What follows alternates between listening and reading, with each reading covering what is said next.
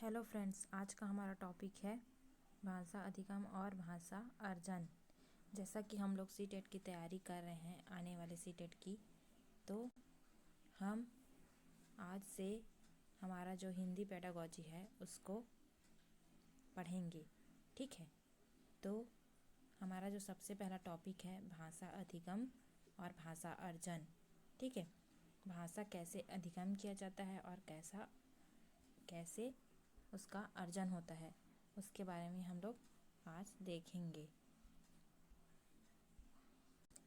सबसे पहले हम लोग भाषा अधिगम को जानने से पहले भाषा क्या होता है उसके बारे में जानेंगे। ठीक है, तो भाषा क्या होता है? भाषा वह साधन होता है जिसके द्वारा हम अपने विचारों को व्यक्त करते हैं। अर्थात भाषा क्या है? एक साधन है या माध्यम है जिसका उपयोग करके हम लोग हमारे जो विचार होते हैं उसको दूसरे व्यक्ति के सामने व्यक्त कर सकते हैं। ठीक है, भाषा क्या है? भाषा मुख से उच्चारित होने वाली शब्दों और वाक्यों आदि का क्या होता है? समूह होता है। भाषा क्या है? हम जो अपने मुख से उच्चारित करते हैं। ठीक है, हम जो बोलते हैं वो क्या होते हैं? शब्द होते हैं या वाक्य होते हैं। ठीक है, उनका क्या है? समूह है, जिसके द्वारा हम लोग क्या करते हैं? हमारे मन में जो बात या कुछ बातें होती हैं उनको व्यक्त कर पाते हैं, बता सकते हैं। ठीक है, तो भाषा क्या हो गया? सामान्यतः भाषा वैचारिक आदान प्रदान का माध्यम है। तो हम लोग क्या बोल सकते हैं? भाषा क्या है? हमारे विचारों, वैचारिक मतलब क्या हो गया? विचार। ठीक है, तो भाषा क्या है? विचारों का आदान प्रदान करने का एक माध्यम या साधन है। ठीक है, फिर क्या देखते हैं हम लोग? भाषा का अर्थ। ठीक है, भाषा का अर्थ। तो भाषा क्या होता है? भाषा संस्कृत भाषा के किससे? भाष धातु से। ठीक है, भाषा संस्कृत भाषा के धातु से उत्पन्न हुई है। इसका अर्थ क्या होता है? बोलना। ठीक है, तो भाषा क्या होता है? भाषा हम जो बोलते हैं या व्यक्त करते हैं उसी को क्या कहा गया है?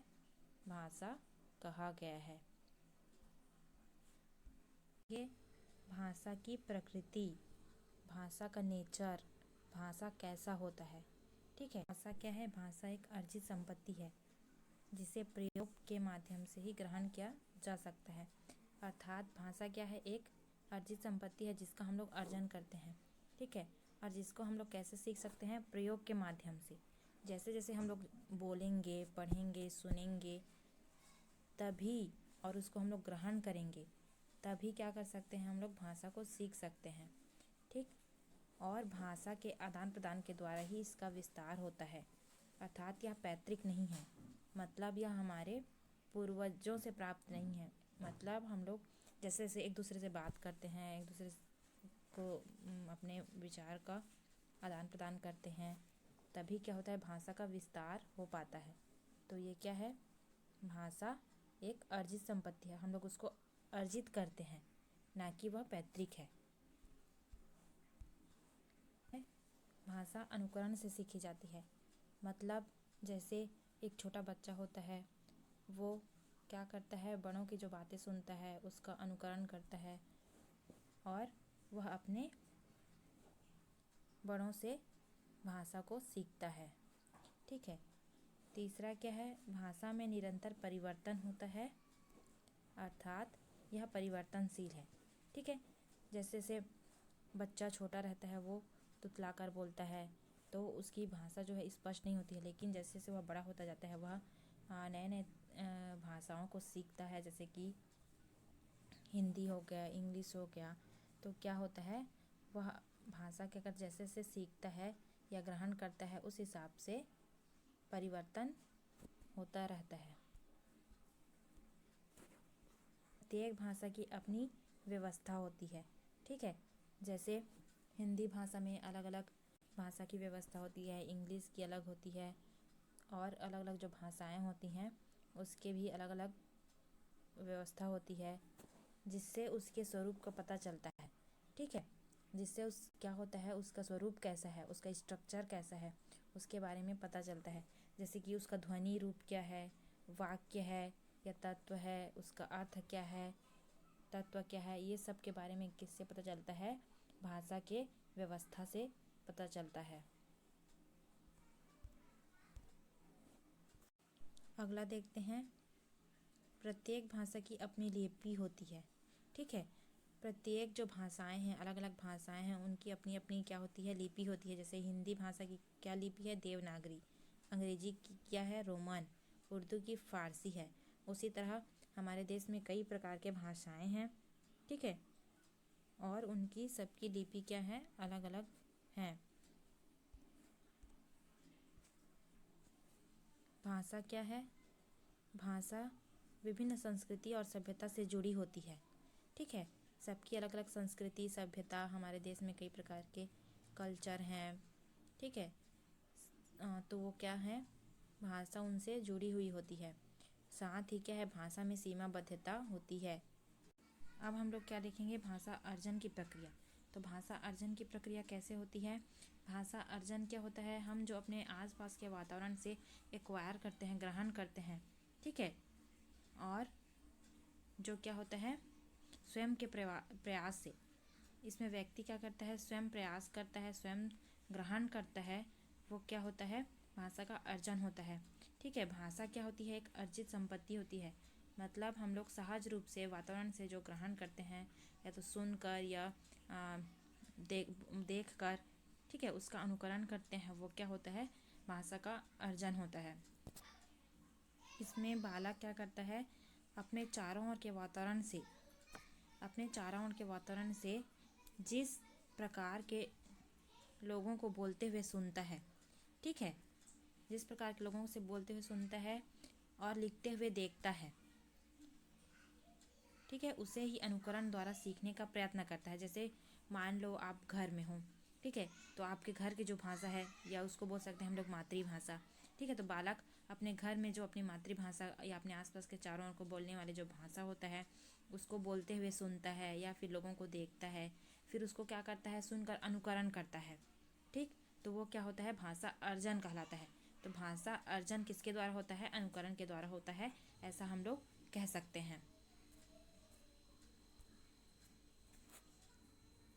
ठीक है, भाषा अर्जन करने की जो प्रक्रिया होता है, वो क्या होता है?